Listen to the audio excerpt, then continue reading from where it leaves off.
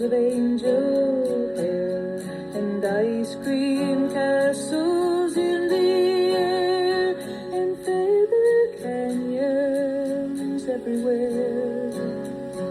I've looked at clouds that breathe, but now they only block the sun.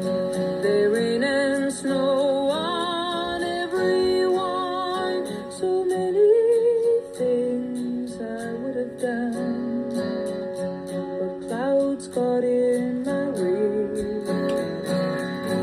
I've looked at clouds from both sides now, and up and down, and still somehow it's cloud illusions I recall. I really don't know clouds at all.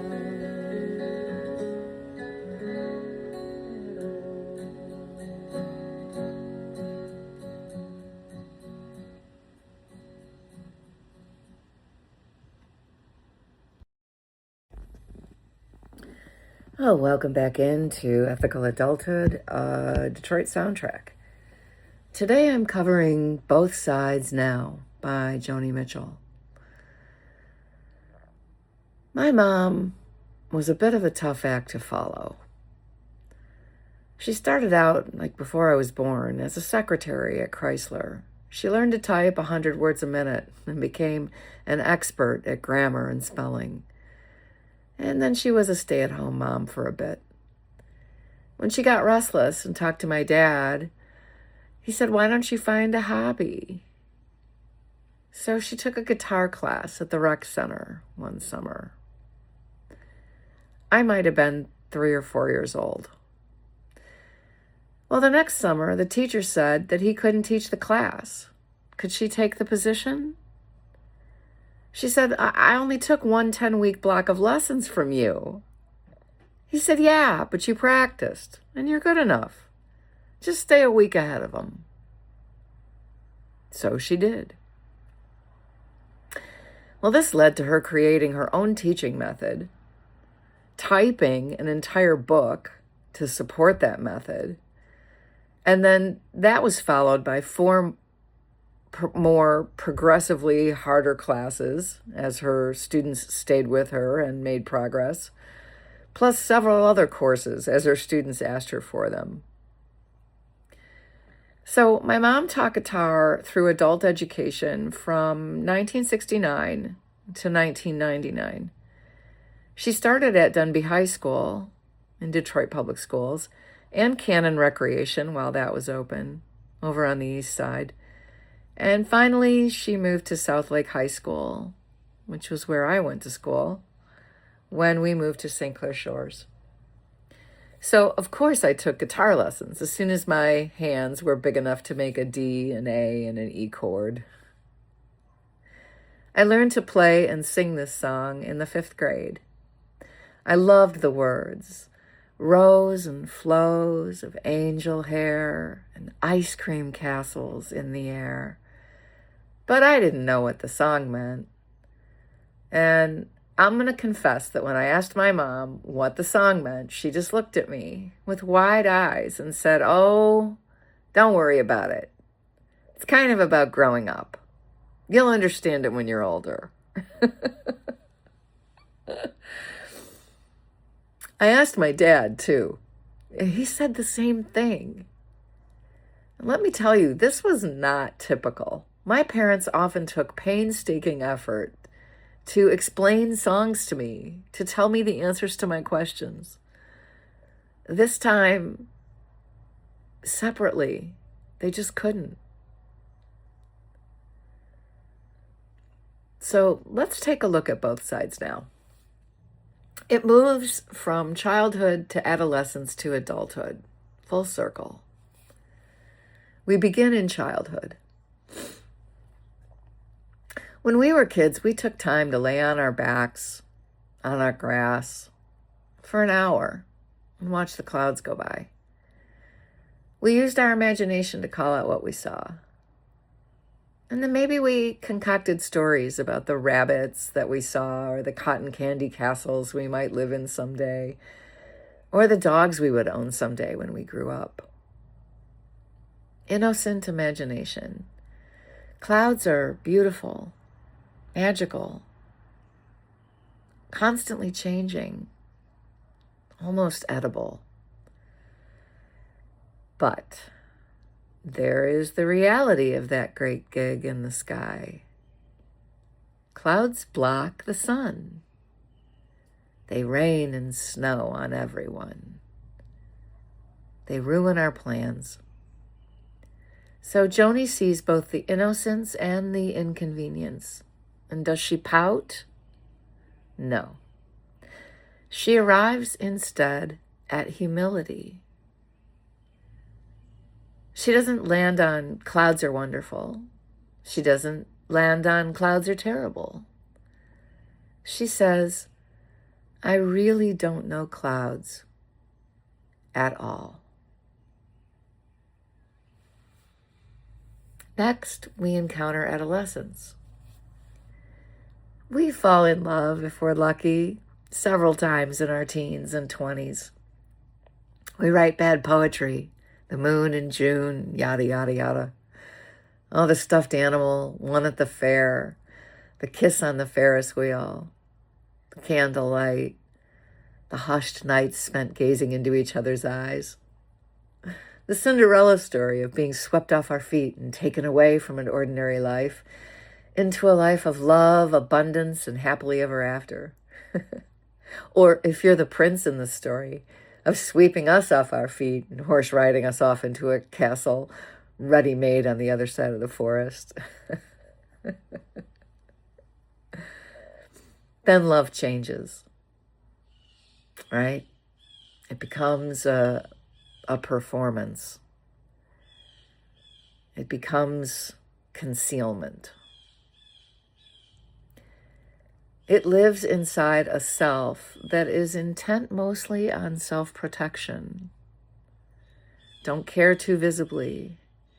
Don't become too vulnerable. Don't fall in love. She once again refuses both naivete and bitterness. She doesn't land on love's going to save us all. She doesn't land on love is fake. She tells the truth. I really don't know love at all. Then she arrives at the threshold of adulthood. We grow up, we get into our 30s and beyond, and we try to embrace life. We encounter pride, schemes, crowds, identity. And then she names one of the costs of becoming. Old friends shake their heads. They say we've changed. Something has changed. Something is lost. But something is gained. That line is the hinge. This is the Ethical Adulthood Center. Growth is not all gain, no loss. It may look like that for a plant, but alas, we are mammals. Evolution may cost us a lot. Old friends may drop away. In fact, that's almost guaranteed. To become more honest, more awake, more real, some relationships inevitably end. Sometimes it's family that falls away. Sometimes a version of ourselves falls away. Sometimes whole sections of our lives fall away. The unavoidable grief we have spoken about rides up and takes from us as we evolve. And still, something important is gained in living life from an authentic place.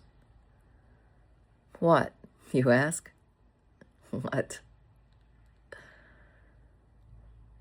A life you can stand behind. A life without excuses. A life lived ethically.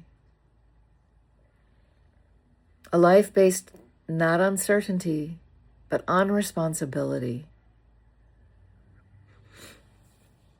Because as we've seen, just because your certainty about life has fallen away doesn't mean your responsibility to it has or ever will.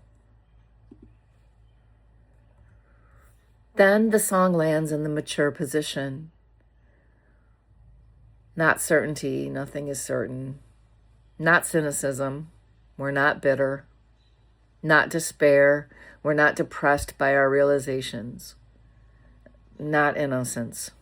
We refuse childish simplification. Joni lands on humility. I've seen enough to know my seeing is incomplete. And the clincher? I am, and you are, still here. We are still acting, still participating, still sticking our necks out when we're never fully sure it won't get nicked by the blades of life. When certainty falls away, life actually can become more precious, more beautiful, and more meaningful because we don't know, not in spite of the fact that we don't know.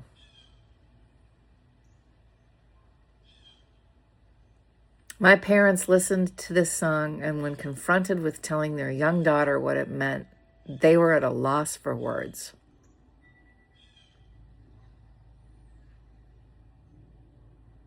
Wrapped in a simple song I sang and played as a 10-year-old is the truth about life I am now outlining in essays on ethical adulthood.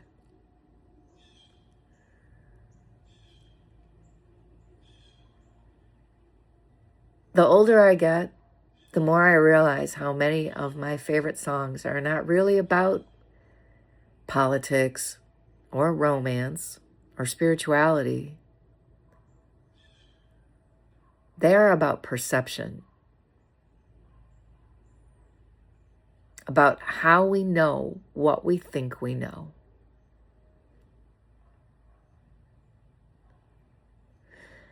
Joni spends this entire song watching certainty dissolve, not into despair, but into humility.